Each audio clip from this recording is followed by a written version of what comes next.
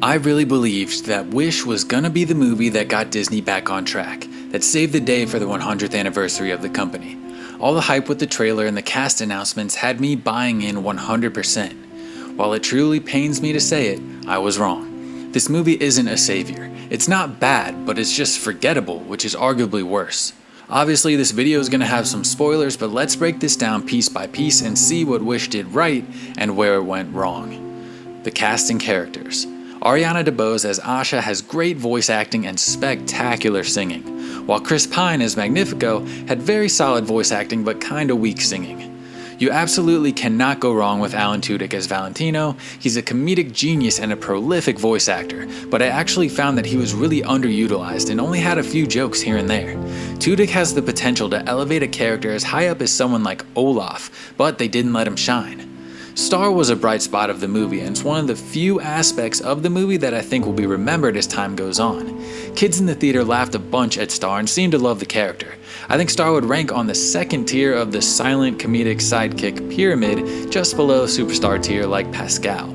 There were some fairly big names throughout the minor characters like Harvey Guillen, Rami Youssef, and Evan Peters, but their characters really aren't notable, so their performances go mostly unnoticed.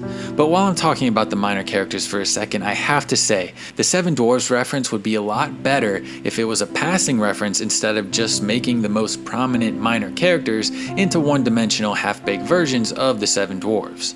I would say they should have done what they did with Peter Pan and just make it a quick passing scene, but then they brought Peter Pan back a second time to really beat us over the head with the reference, washing away the novelty and cleverness.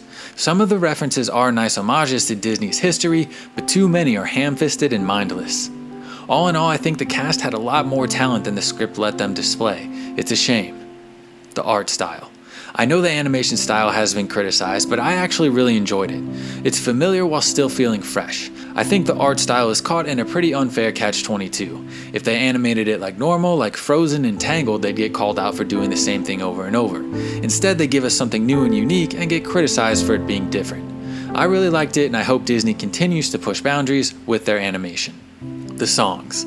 The first song, Welcome to Rosas, is almost a direct ripoff of the family madrigal from Encanto, a fast-paced, rapid-fire exposition dump to set the scene for the movie.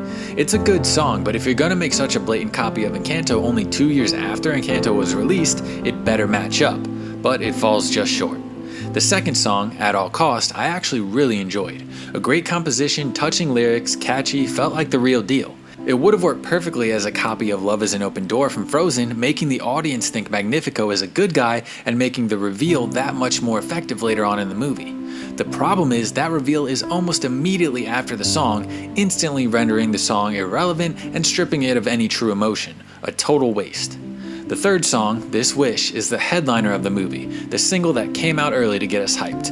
While I think it's also a good song, it peaks at good, never hitting great. It feels like all build up with no payoff. Something you wouldn't turn off if it came on the radio, but nothing that will ever rise to the top, like Let It Go, We Don't Talk About Bruno, or I See the Light. Next up, song 4, I'm a Star. This is where we really start to be let down. This is 100% a filler song, performed mostly by background woodland creatures that we don't know or care about. It feels like they made the movie and were 5 minutes short, so they tacked this on. Feels like a DreamWorks song and not in a good way. Song 5, This Is the Thanks I Get, is the big villain song. In a movie celebrating the history of Disney movies with predecessors like Poor Unfortunate Souls, Be Prepared, Mother Knows Best, and Hellfire, this song is just baffling. Right when you expect the most epic song of the movie, you're hit with a C-tier indie pop song. Quite possibly the most disappointing single Disney song of all time, and that is not hyperbole, that is just a true statement. That song truly killed any momentum the movie had. Song 6, Knowing What I Know Now, is a decent, catchy take on Lin-Manuel Miranda's style, but it's nothing special, and the final song, the reprise of This Wish, is simply too little too late. Disney has a whole bag full of secret weapons for songwriting. Lin-Manuel Miranda, the Andersons, heck, you can even call Tim Rice and see if he'll jump in for this historic event. Instead, they went with Julia Michaels and Benjamin Rice, who have almost no background in writing for movies. I understand looking for new talent, but this movie is not the time to risk it all by putting your eggs in an unknown basket. Another unexplainable decision in the creation of Wish. The story. On the surface, this movie is about not giving up on your dreams and how reaching for that dream is part of who you are, to never give up. While that's all fine and good, if you look below the surface, things start to fall apart pretty quickly. The initial conflict takes place when Asha tries to get the king to abuse his power to benefit just her family over everyone else. He says no because that's irresponsible, but Asha doesn't like his reasoning. While later on King Magnifico does other things that are evil, this on its own is completely legitimate. The fact that this is our catalyst starts the movie on very shaky ground. The stakes are honestly just too low. If the good guy wins, then people just remember what their wish is, and if they don't, they just don't remember. That's it. The big main struggle is that Asha wants her grandpa to just remember that he wants to someday play guitar to inspire people. I'm not going to break down the movie plot point by plot point because we'll be here for hours and hours. My main takeaways are that it was formulaic in the boring way, not in the tried and true way, and that there's basically zero character development through the entire movie. Every character is the exact same person they were at the beginning. No one has learned a thing. We're never really given reason to care about Asha beyond the fact that the movie tells us she's the main character. The characters are all left undeveloped and one-dimensional, so even by the end you really don't care what happens to any of them. Arguably, the movie has two messages. First, like we said before, never give up on your wish. However, the movie contradicts this message when Magnifico asks the very legitimate question, what if someone's wish is dangerous? That question is never answered.